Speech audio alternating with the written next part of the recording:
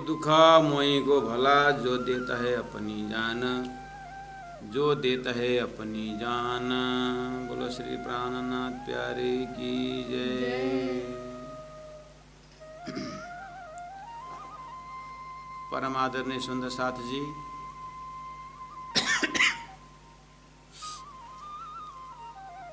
मामती प्राणनाथ जी दुख के प्रकरण से हमें बहुत कुछ अनुभव करा रहे हैं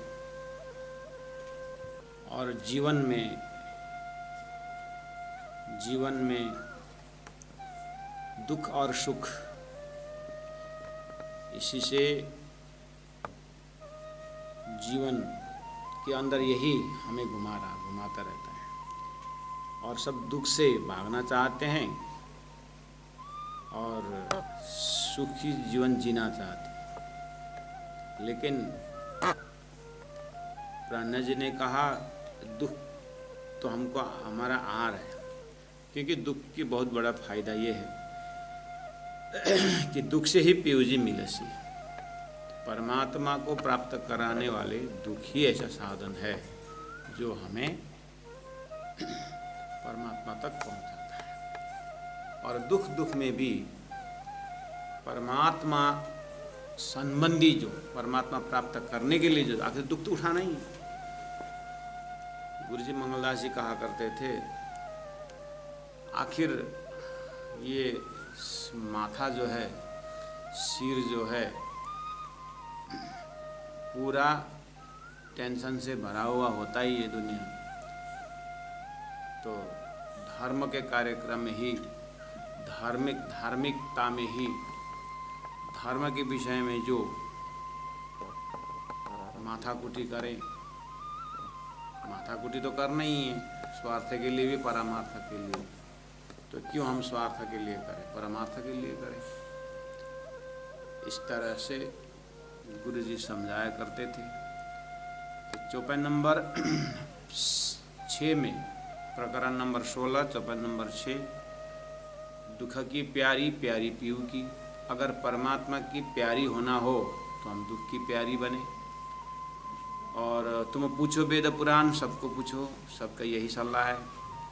इसीलिए ये दुख मोहि को भला मुझे अच्छा लगता है, क्योंकि परमात्मा अपना समझ करके देते हैं।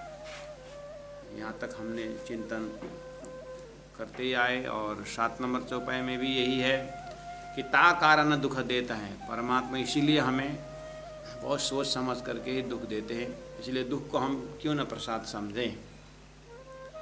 दुख बिना निंदा न जाए। आखिर भौगोलिक शारीरिक कष्ट में भी हम देखें तो शारीरिक कष्ट में भी जब शरीर में कुछ तकलीफ असुविधा होती है तो नींद नहीं आती है।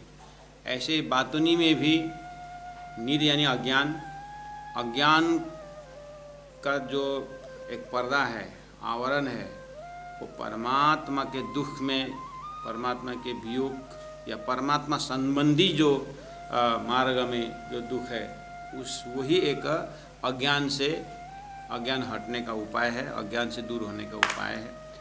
जिना अवसर मेरा पीऊ मिले, तो ये मनुष्य शरीर एक अवसर है, लेकिन मनुष्य शरीर में भी दुख की घड़ी जो है वो और सुंदर अवसर है जो परमात्मा से मिल सकते हैं।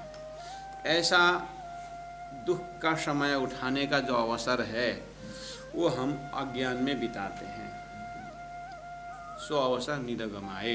अज्ञान में यानी अज्ञान में ही गमाते, मतलब दुख का रहस्य समझे भी न गमाते।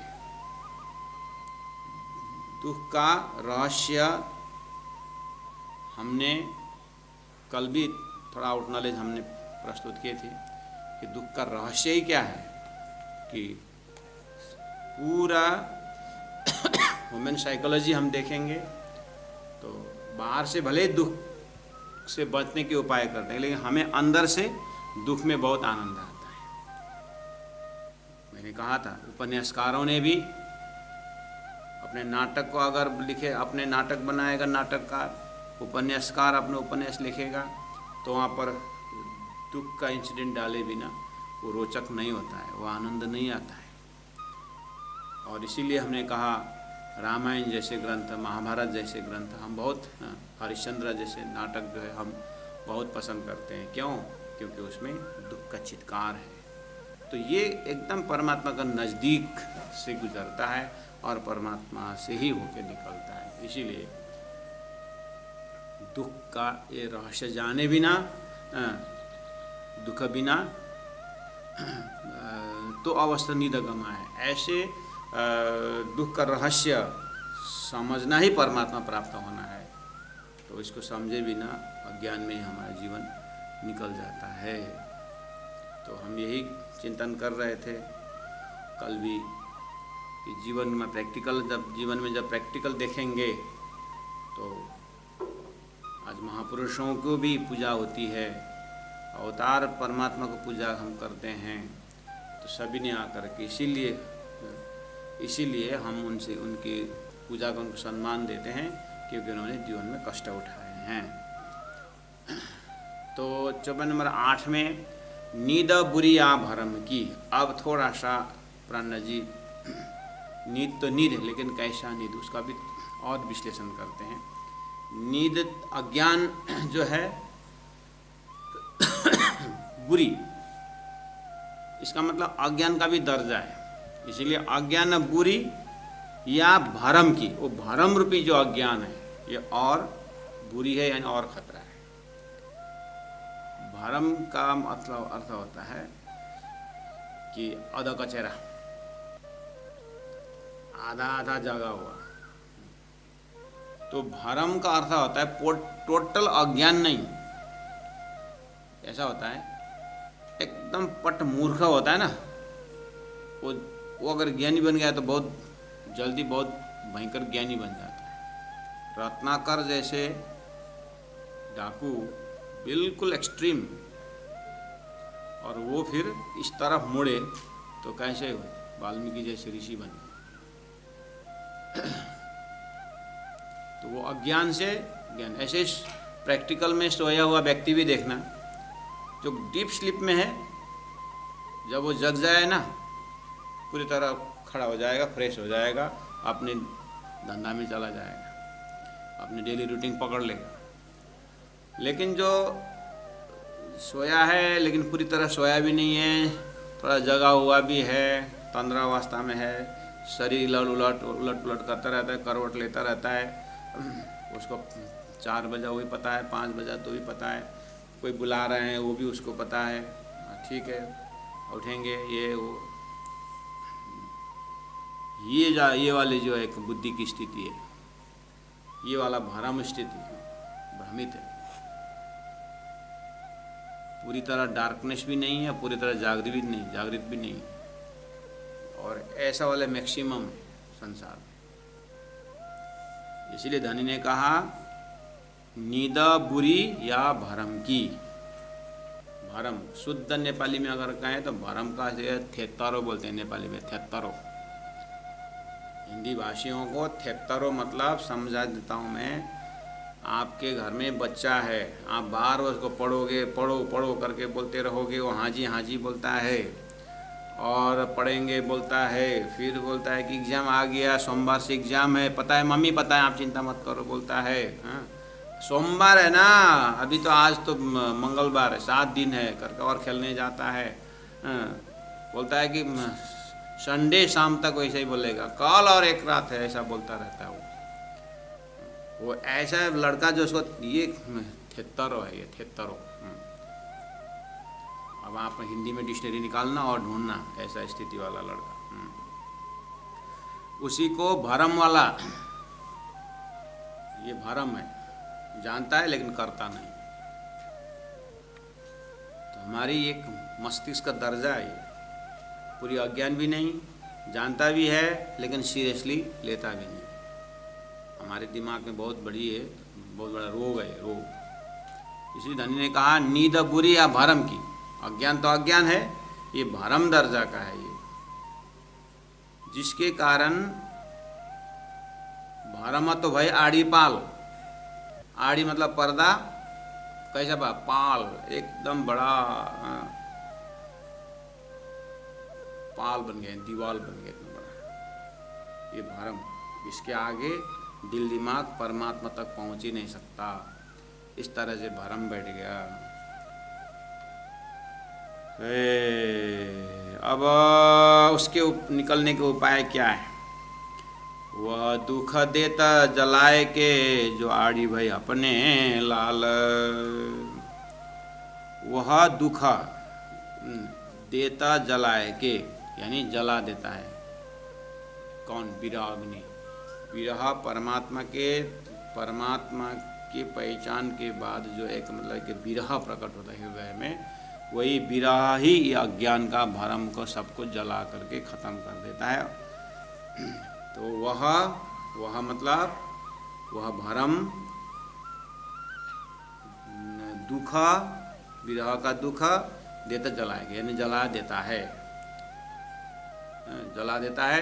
जो आड़ी भाई अपने लाल, जो अपने लाल अपने परमात्मा के विषय में जो पर्दा होकर बैठा था, आड़ा होकर बैठा था, वो विरह का अग्नि जला देता है। अब चौपाई नंबर 9 में देखिए, फिर बोले नीदा निगोड़ी ना उड़ी, जो गई जीवा को खाए। अब दूसरा शब्द आया फिर, नीदा निगोड़ी। निगोड़ी का अर्थ होता है लंगड़ी, अर्थात बेशर्मी। निंद्रा का कोई शर्म नहीं है इसको, अज्ञान का कोई शर्म नहीं है, कभी भी आगे बढ़ जाता है। जानते जानते नहीं जानने वाला बना दे, ज्ञानी को कितना मूर्ख बना देता है यह ज्ञान, ये पर्दा। इसलिए निगोड़ी है ये किसी में आधारित दिखता नहीं है। ये कहने मतलब आप कल्पना कीजिए, निंद्रा का आवरण, नींद तो है ही, हम उसको अज्ञान अर्थ लेके जा रहे हैं। वैसे भी स्थूल जो निंद्रा के आप बात करो तो निद्रा ये बहुत बेशर्मी है। ऐसे ही साधारण निंद्रा को भी आप विचार करो ना, सब भजन गा रहे हैं, जब बढ़िया से भजन गा रहे हैं, अब आया नहीं तो हुई बेशर्मी। न ये कुछ दर्जा दिखता है, न पद दिखता, न प्रतिष्ठा दिखता है। ये जब आ जाएगी ना, कोई भी हो, बस ऐसे अज्ञान कहाँ आकर के ये छापा मारते पता ही नहीं चलता। ज्ञानी है करके नहीं होगा। ये निद्रा अज्ञान कहाँ आकर के बैठ जाती है पता नहीं चलेगा। इसलिए साधारण अर्थ में भी निद्रा बेशर्मी है। जब ये आ जाती है तो आप ट्रेन में देखा करो ना, ट्रेन की यात्रा में सब अपने रिजर्व सीट में बैठे, आप वेटिंग लिस्ट में हो, देखना उस समय में कोई अगल बगल बैठने नहीं देता है।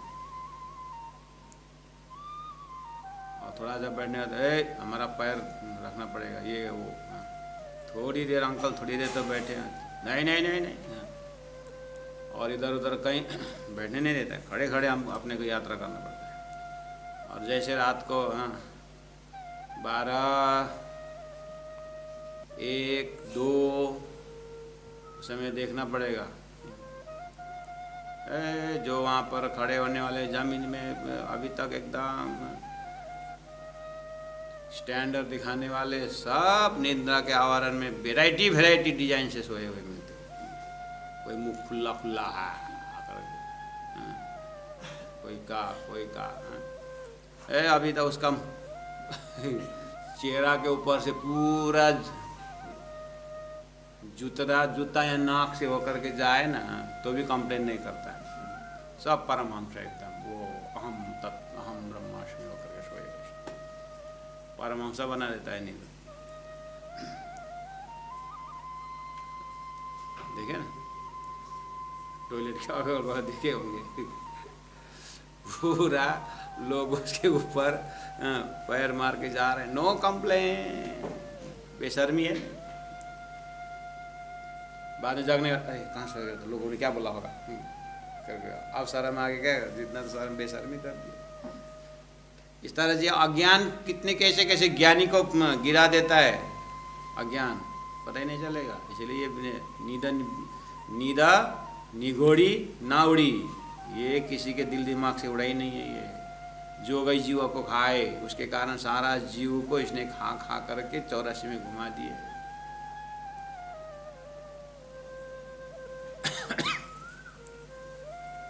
नींद निगोड़ी ना उड़ी जो गए जीवा को खाए।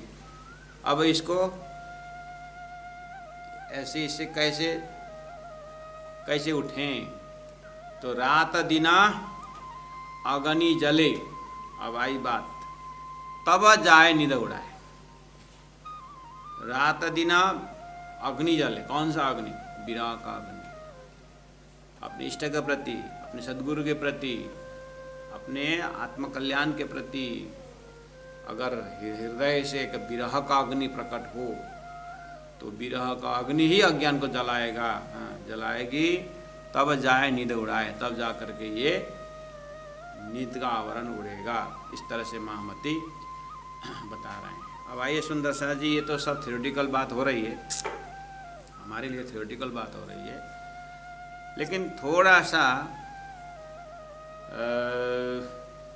प्रैक्टिकल में अगर जाएं तो हमें वितक से ही, वितक के जो पात्र पात्राओं से ही हमें उदाहरण लेना होता है। तो सदगुरु महाराज की जो एक खोज की प्रक्रिया में उनको राजी महाराज का को तो ज्ञान तो है थे नहीं, आप देख रहे हैं, लेकिन अंदर में परमात्मा कहाँ है, कैसे हैं, कैसे कैसे मैं उनसे मिलता हूँ, ये जो एक अग्नि जो है ना, वो ऐसे ही अपने को आप पता नहीं ये कैसे आप समझ सकेंगे इसको। या तो इसमें परमात्मा के अंकुर समझें, परमात्मा ने दिया हो उनकी कृपा, अपने जीव का अंकुर। अब यही अपना जाने अनजाने में जो हमने पुण्य कमाए हैं, पुण्य का फल यही हो कि अंतर आत्मा जो है परमात्मा प्राप्त के लिए तड़पे। इसके लिए अन्य जितने भी इससे पहला वाला जो कार्य है, अपने क्रिया है, वही कर्मफल इसको सहयोग देगा। नहीं तो सदगुरु महाराज की जीवनी में जो एक खोज का जो तड़पन है उससे ही पर्दा फटता जा रहा है। और सदगुरु महाराज के साथ जैसे ही इंद्रावती आत्मा जब मिलती है, यानी महामती प्राणनाथ जी, मेराज ठाकुर, तो वहाँ भी हम देखें तो बस भैया ने अपने भाई ने प्रसाद लेके आए तो पूछा कि प्रसाद कहाँ से ले आए? मैंने सत्संग से ले आए। तो सत्संग में मुझे भी ले जाओ। इस सत्संग के लिए वो उनका तड़पन शुरू हुआ। तो ऐसी घटनाएं हम करीब करीब गुजर रहे हैं, क्योंकि हमें तो इतने होश में जरूर है कि कम से कम संसार असार है, इसमें कोई सार नहीं है, संसार निरस है, हम देख रहे हैं, जान रहे, समझ रहे हैं। और इतना मतलब अज्ञानी तो नहीं है, जीवन का लक्ष्य उद्देश्य वो भी पता है, जीवन क्षणिक है ये भी पता है। तो फिर सब अज्ञानी तो नहीं है हम, तो फिर क्या चीज़ की कमी हो रही है?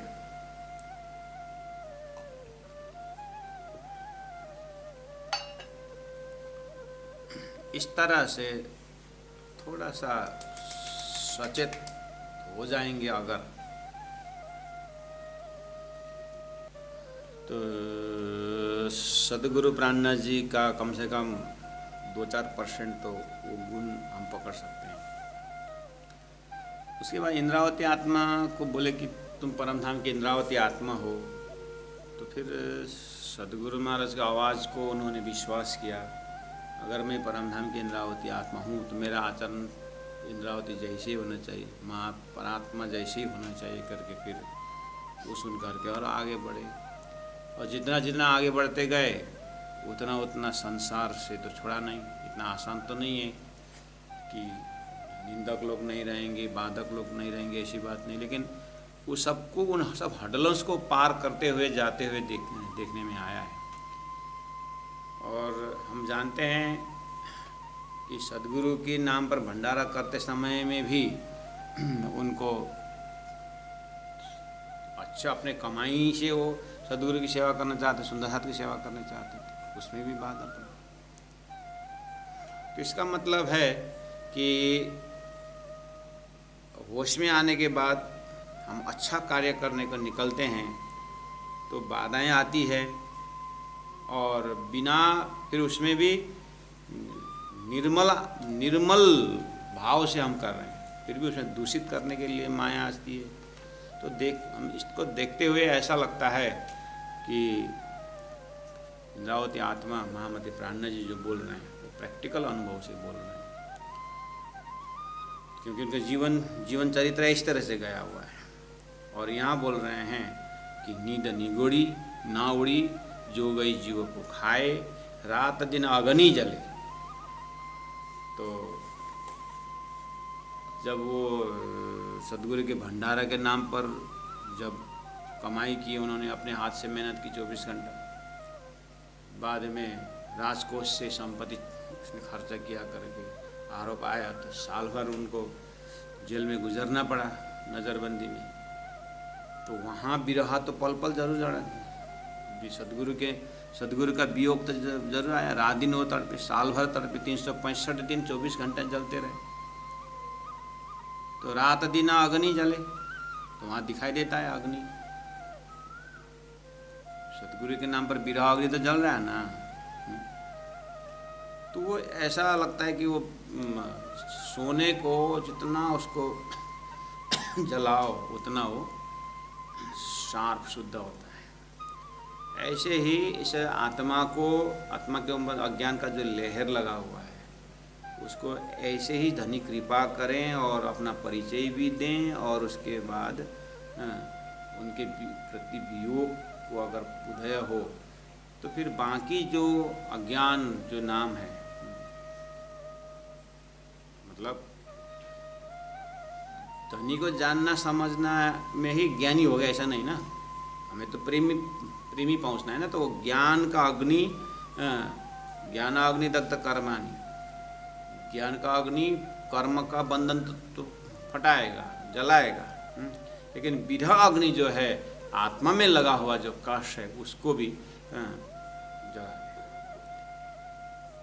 दूध में से मक्खन को भी जब अग्नि में जब तपाएंगे तो घी बन करके प्योर होता है।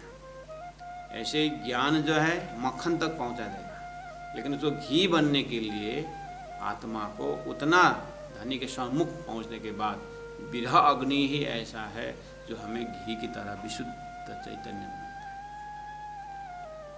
तो उसी दर्जा से इंद्रावती आत्मा रात दिन अग्नि जले तब जाए नींद उड़ाए, तब जाकर के अज्ञान पूरी तरह उड़ सकता है। इस तरह से सलाह दिया चौपाई नंबर 9 में। चौपाई नंबर 10 में अगर देखेंगे तो इना सुपने के दुख से जीना डरो, दुख बदले सत सुख। अब यहाँ फिर थोड़ा सा हल को थोड़ा ऊपर से ऊपर ले आए कि न सुपने के दुख से जीना डरो। ये वाला भाव पहले भी आया है चौपाई में कि सपना के दुख से सपना में ही डर लगता है। ये सपना में भूत आ जाए तो हम डर के मारे वहाँ से भागते हुए बिस्तरा में जग जाते हैं, और सपना में किसी ने बहुत सुंदर चीज़ गिफ्ट दिया तो खुशी के साथ चलते चलते बिस्तरा में जग जाते हैं। तो वो आखिर जगने के बाद वो खुशी भी चली जाती है, गिफ्ट तो कुछ हाथ में है ही नहीं, सपना में था, सपना था। तो उस चीज़ से अपने मोह भी उत्पन्न नहीं होता, दुश्मनी भी उत्पन्न नहीं होती। ऐसे दुख भी जागने के बाद वो नहीं रहता है ना। तो इसीलिए इस सपने के दुख से जीना डरो, सपना के दुख से मत डरिए। दूसरी बात, हमने दुख को एक डिमार्केशन लाइन बनाया है। परमात्मा को प्राप्त करने के लिए जो साधन के लिए साधना में दुख होता है उसे तो डरते हैं लोग नहीं।